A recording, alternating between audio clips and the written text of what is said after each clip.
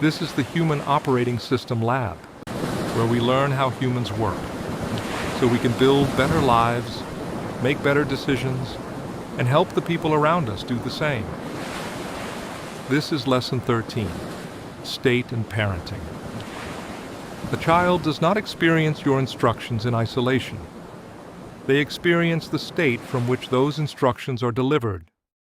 Your facial expression, your posture, your breathing, your movements, your vocal pace, the tension beneath your words. Before a child fully interprets what you are saying, their nervous system has already begun evaluating how you are saying it. Is this environment stable? Is the adult in front of me regulated? Am I being guided, or am I being threatened? Parenting is not the creation of constant comfort, and regulation is not permissiveness. It is the recognition that the adult's internal state becomes part of the child's environment. A boundary delivered from a stable state functions as information. The same boundary delivered from panic, exhaustion, or uncontrolled anger can function as threat. The words may be identical. The biological experience is not. Part 1. The parent is part of the system. A child's capacity for self-regulation is still developing. This means the child often depends on external structure before internal structure is available. The adult provides that structure through presence, predictability, tone, attention, and behavioral control. This is co-regulation, not emotional agreement, not the removal of consequences. It is the interaction between two nervous systems. The child's state affects the parent. The parent's state affects the response. The response then alters the child's state. The interaction becomes a feedback loop. Child distress changes parent state. Parent state changes parent behavior. Parent behavior changes child state. And the cycle continues. The question is not whether this loop exists. The question is, which system determines its direction? Part 2. The State Cascade. Consider a normal morning. Time is limited. A shoe is missing. If the parent is already tired or close to threshold, the body begins to shift. Breathing becomes shallow. The jaw tightens. Movement accelerates. Attention narrows around the clock. The missing shoe stops being a missing shoe. Inside the parent's state, it becomes obstruction, carelessness, defiance. One more thing going wrong. The parent raises their voice. The child detects urgency and threat. The child may freeze, cry, argue, forget where the shoe was placed, or become less organized at the exact moment greater organization is required. The parent interprets this loss of capacity as further resistance. Intensity rises. The child becomes less capable of solving the problem. The parent becomes more forceful. A small operational problem enters an unstable system and becomes an emotional event. The shoe may eventually be found, but the system has paid more for the solution than the problem required. This is a state cascade. It can happen during homework, at bedtime, in the car, during sibling conflict, or whenever the adult interprets a practical problem through an activated state. Part 3. Behavior is an output. Behavior matters. Children require boundaries, correction, consequences, and responsibility. But behavior is still an output of a system. A child who is hungry, exhausted, overstimulated, frightened, or embarrassed does not have access to the same capacities they possess at baseline. Attention decreases. Impulse control weakens. Language becomes less available. Small frustrations produce larger reactions. This does not make every behavior acceptable. It changes the intervention required. There is a difference between understanding a behavior and permitting it. Understanding improves the accuracy of the response. When the child's system is highly activated, complex instruction becomes ineffective. Lessons require attention. Attention requires capacity. Capacity changes with state.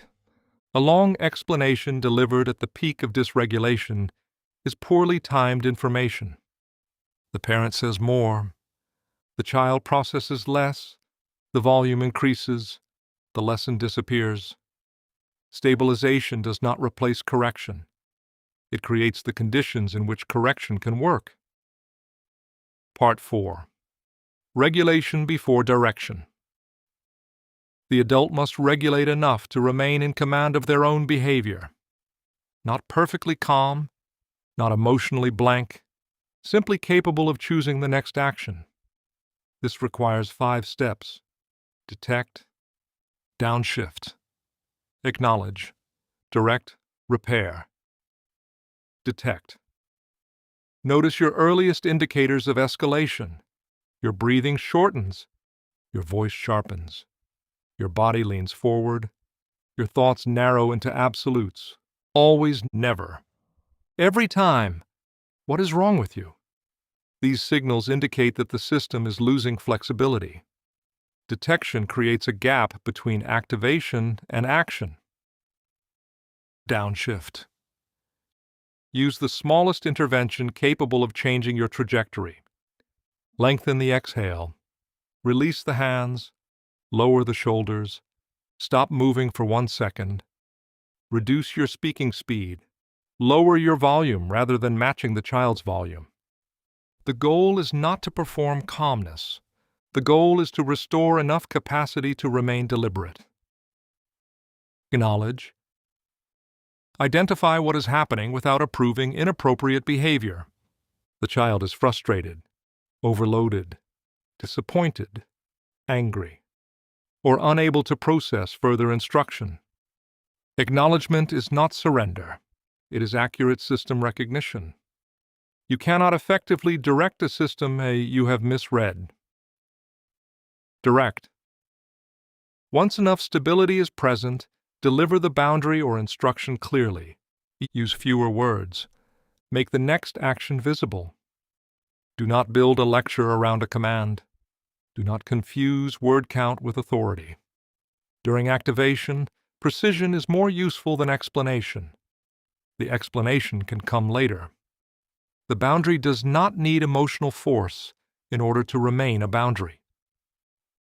Repair. No parent executes this process perfectly. You will sometimes respond too quickly, speak too harshly, misread the situation, or bring unrelated stress into the interaction. Repair is not a loss of authority. It is evidence of accountability. The parent can maintain the boundary while acknowledging that the delivery failed.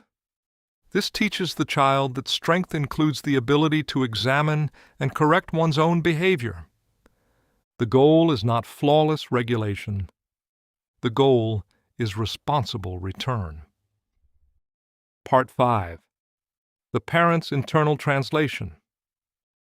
The child's behavior is not the only variable shaping the interaction. The parent's interpretation matters. Event leads to meaning. Meaning influences state. State influences behavior. A child ignores an instruction. That is the event. The parent may assign the meaning, "They do not respect me. I am losing control. They are deliberately challenging my authority. I have failed as a parent." These interpretations change the parent's physiology. The body begins responding not only to the behavior, but to the meaning attached to it. The reaction becomes larger than the event. A missed assignment becomes a prediction of lifelong failure. A lie becomes permanent dishonesty. A tantrum becomes evidence of bad parenting. A teenager's silence becomes rejection. The parent begins fighting an imagined future inside a present moment. Effective parenting requires separating the event from the story built around it. Address what occurred. Do not treat one difficult behavior as proof of an entire identity. Part 6. Emotional load must not move downward. Children affect the state of their parents, but children cannot be made responsible for stabilizing the adult. When a parent communicates that the child is causing the adult to lose control, emotional responsibility moves downward. The child begins monitoring the adult instead of learning to regulate themselves. Is the parent angry? Is the room safe? Should I remain quiet? Do I need to make the adult feel better? This reverses the structure. The child becomes responsible for reading and managing the person who is supposed to provide stability. The adult can acknowledge stress without transferring ownership of it. The distinction is simple. My state is affected by this interaction, but my behavior remains my responsibility. That is the same standard the child will eventually be expected to learn. Part 7. Authority without instability. A regulated parent is not a parent who never feels anger. Anger can identify a violated boundary. Frustration can identify a failing process. Fear can identify danger. The issue is not whether emotion exists. The issue is whether emotion takes command of behavior. Children do not need artificial serenity. They need to see that an emotion can move through a human system without becoming the system's commander. Anger does not require humiliation. Disappointment does not require withdrawal. Conflict does not require the end of connection. Authority does not require uncontrolled intensity. Regulated authority is controlled force. It remains stable enough to hold the boundary without becoming part of the crisis. Part 8. The 10-second diagnostic. Before a predictable point of family contact, pause. Before entering the house. Before the morning begins. Before school pickup. Before dinner. Before bedtime. Run a brief diagnostic. What state am I in? What am I carrying into this interaction? What does this situation actually require? Which part of my response belongs to the present event, and which part belongs somewhere else? The child may still require correction. The boundary may still need to be held. But the diagnostic reduces the chance that professional pressure, financial concern, fatigue, hunger, or conflict with another adult will be delivered to the child as discipline. Awareness does not remove stress. It prevents stress from operating without supervision. Parenting is often presented as a collection of methods. Rules, rewards, consequences, routines, communication strategies. These tools matter. But every tool is applied from a state.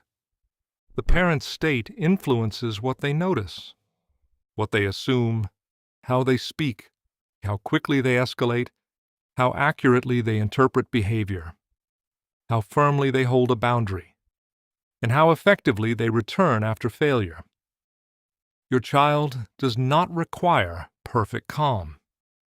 They require an adult who remains responsible for the adult's own system, an adult who can detect activation, recover enough capacity to choose, hold a boundary without losing command, and repair when regulation fails.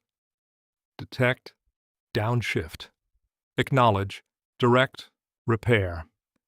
The lesson is not perfection. The lesson is return. Because each time the adult returns to a stable state, the child receives an important model. Difficult moments can be survived.